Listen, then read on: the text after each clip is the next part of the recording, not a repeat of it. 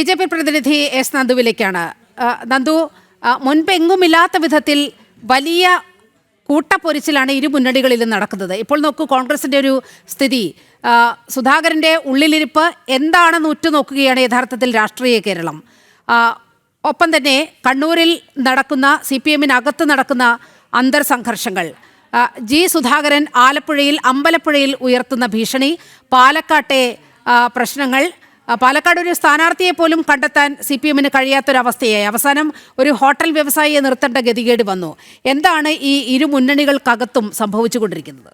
നോക്കൂ, നമ്മൾ 2 മാസം മുൻപുള്ള ഇടതുപക്ഷത്തെയും വലതുപക്ഷത്തെയും BJP-യെ നമ്മൾ അനലൈസ് ചെയ്യണം. അതിനുശേഷം ഇന്ന് അറ്റ് പ്രസൻറ്റ് കണ്ടീഷനിൽ ഇവരെ 3 പേരെ നമ്മൾ അനലൈസ് ചെയ്ത് കഴിഞ്ഞാൽ തന്നെ കേരളത്തിൽ ഇടതുപക്ഷത്തിനും വലതുപക്ഷത്തിനും ഉണ്ടായിട്ടുള്ള തകർച്ച എത്രത്തോളം ഭീകരമാണ് എന്ന് നമുക്ക് മനസ്സിലാക്കാൻ വേണ്ടി സാധിക്കും. കാരണം കേരളത്തിനകത്ത് കഴിഞ്ഞ 2 മാസം മുൻപ് ഇടതുപക്ഷവും വലതുപക്ഷവും പറഞ്ഞിരുന്നത് ഞങ്ങൾ ഭരിക്കും, ഒരാൾ പറയുന്നു ഞങ്ങൾ 100 സീറ്റിലധികം നേടി വരും, മറ്റേയാൾ പറയുന്നു 3ാം പിണറായി സർക്കാർ തീർച്ചയായിട്ടും ഉണ്ടാകും എന്ന് പറയുന്ന സാഹചര്യത്തിൽ നിന്ന് ഇന്ന് സ്വന്തം അണികൾ, അതുപോലെ തന്നെ മുൻ മന്ത്രിമാർ, ഏറ്റവും പ്രധാനപ്പെട്ട നേതാക്കന്മാർ ഉൾപ്പെടെയുള്ളവർ, സ്വന്തം MLA-മാരടക്കം, നിലവിലെ MLA-മാരടക്കം സ്വന്തം മുന്നണിയിൽ നിന്ന് കൊഴിഞ്ഞു പോകുന്നത് എങ്ങനെ തടയണം എന്നറിയാൻ കഴിയാത്ത നിലയിലേക്ക്, പരിങ്ങലിൽ നിന്ന് പരിങ്ങലിലേക്ക് ഒരു സർക്കാർ സംവിധാനവും അതുപോലെ തന്നെ ഇടതുപക്ഷം പോലുള്ള ഒരു മുന്നണി സംവിധാനവും തകർന്നു തരിപ്പണമാകുന്ന രംഗം നമ്മളൊരു സൈഡിൽ കാണുന്നു.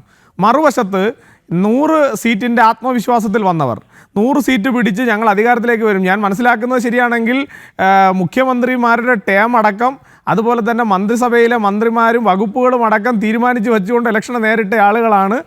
സുനിൽ കനോലുവിൻ്റെയൊക്കെ അനുഗ്രഹാശസ്സോടുകൂടി വലിയ തന്ത്രങ്ങൾ മെനഞ്ഞ് കേരളത്തിനകത്ത് വലിയ ഇമ്പാക്റ്റ് ഉണ്ടാക്കും എന്ന് പറഞ്ഞ VD സതീശൻ ആൻഡ് കമ്പനി ഒരു ചീട്ട് കൊട്ടാരം പോലെ തകർന്നു വീഴുന്ന രംഗം നമ്മുടെ കൺമുന്നിൽ ഇങ്ങനെ കാണുകയാണ്. ഇന്നലെ നമ്മൾ സണ്ണി ജോസഫിനെയും അതുപോലെ തന്നെ KPCC-യുടെ നമ്മുടെ പ്രതിപക്ഷ നേതാവിൻ്റെയൊക്കെ മുഖത്ത് കാണുന്നൊരു മ്ലാനത, ആ മ്ലാനതയിൽ നിന്ന് തന്നെ കാര്യങ്ങൾ വ്യക്തമാണ്. കാര്യങ്ങൾ ഒട്ടും സുഖകരമല്ല ആ മുന്നണിക്കകത്ത് എന്നുള്ളത്. അപ്പോൾ ഇവിടെ കേരളത്തിനകത്ത് ജനങ്ങൾ കൃത്യമായി ഈ 2 വിഷയങ്ങളെയും കൃത്യമായി കണ്ടുകൊണ്ടിരിക്കുന്നു.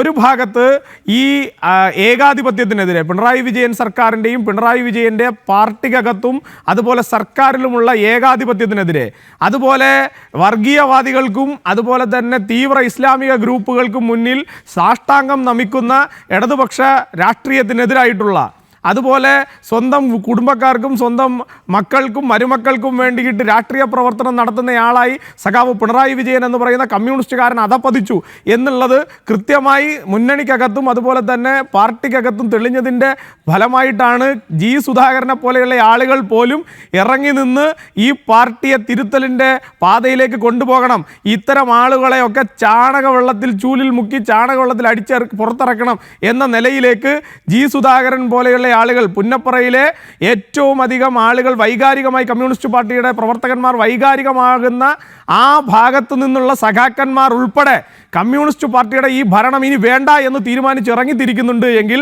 എത്രത്തോളം ഭീകരമായിരുന്നു കഴിഞ്ഞ 10 വർഷത്തെ ഇടതുപക്ഷത്തിൻ്റെ ഭരണം എന്നുള്ളത് ഒരു പക്ഷത്ത്.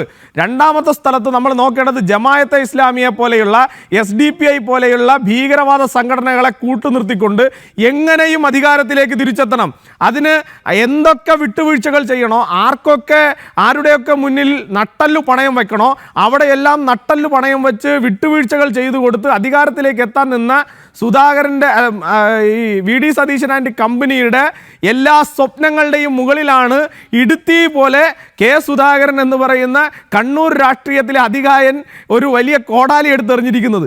അപ്പോൾ ഇങ്ങനെ രാഷ്ട്രീയം, 2 രാഷ്ട്രീയങ്ങളും ഇങ്ങനെ തിളച്ചു മറിയുമ്പോൾ നടുക്ക് നിങ്ങൾക്ക് കാണാൻ സാധിക്കുന്ന വികസിത ഭാരതത്തിനൊപ്പം വികസിത കേരളം എന്ന മുദ്രാവാക്യം ഉയർത്തിക്കൊണ്ട് രണ്ടുപേരും ഇടതുപക്ഷവും വലതുപക്ഷവും 2 അല്ല മറിച്ച് 1 ആണ്.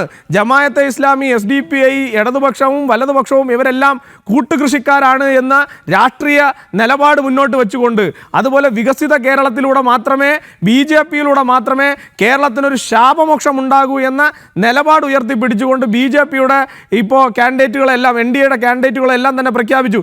ഏതെങ്കിലും ഒരു സ്ഥലത്ത് ഒരപസ്വരം, ഒരു വാക്ക് കൊണ്ടോ ഒരു നോക്കുകൊണ്ടോ ഏതെങ്കിലും ഒരാൾ, പലർക്കും പലതരത്തിലുള്ള വിഷമതകൾ ഉണ്ടായിരുന്നു, പക്ഷേ ഈ സംസ്ഥാനത്ത് ഇത്തരത്തിലുള്ള കൂട്ടുകൃഷി അവസാനിപ്പിക്കണമെന്ന രാഷ്ട്രീയമായിട്ടുള്ള നിലപാട് ഞങ്ങൾ ഉയർത്തിപ്പിടിച്ചു, ധാർമ്മികമായ നിലപാട് ഞങ്ങൾ ഉയർത്തിപ്പിടിച്ചു. ഞങ്ങളുടെ നൂറുകണക്കിന് പ്രവർത്തകന്മാർ അവരുടെ ആഗ്രഹങ്ങൾ മനസ്സിൽ വെച്ചുകൊണ്ട് ഈ സംസ്ഥാനത്തിൻ്റെ താല്പര്യങ്ങളെ ഉയർത്തിപ്പിടിക്കാൻ വേണ്ടി അവർ നിലപാടെടുത്ത് മുന്നോട്ടേക്ക് വന്നു. അത്തരത്തിൽ ഈ സംസ്ഥാനത്തിൻ്റെ വികസനത്തിന് വേണ്ടി പ്രവർത്തിക്കുന്ന ഒരു രാഷ്ട്രീയത്തെ നെഞ്ചോട് ചേർക്കാനായിരിക്കും കേരളത്തിൽ 2024-26 ഈ പൊതു തെരഞ്ഞെടുപ്പിൽ ഏപ്രിൽ മാസം 9-ാം തീയതി കേരളത്തിലെ 3.5 കോടി ജനങ്ങൾ ചൂണ്ടുവിരലിൽ മഷി തേക്കുന്നത്. അത് നരേന്ദ്രമോദിയുടെ ഡബിൾ എഞ്ചിൻ സർക്കാർ കേരളത്തിലേക്ക് കൊണ്ടുവരാനായിരിക്കും എന്ന ആത്മവിശ്വാസത്തിന് അധികം കൂടുതൽ ഞങ്ങളെ ആത്മവിശ്വാസത്തിൽ മുന്നോട്ട് പോകാൻ പ്രേരിപ്പിക്കുന്ന കാഴ്ചകളാണ് രണ്ട് പക്ഷത്തും ഞങ്ങൾ കാണുന്നത്. അപ്പോൾ ഈ തരത്തിൽ വ്യത്യസ്തമായ ഒരു നിലപാടാണ് BJP NDA ഈ കാര്യങ്ങളിൽ സ്വീകരിക്കുന്നത്.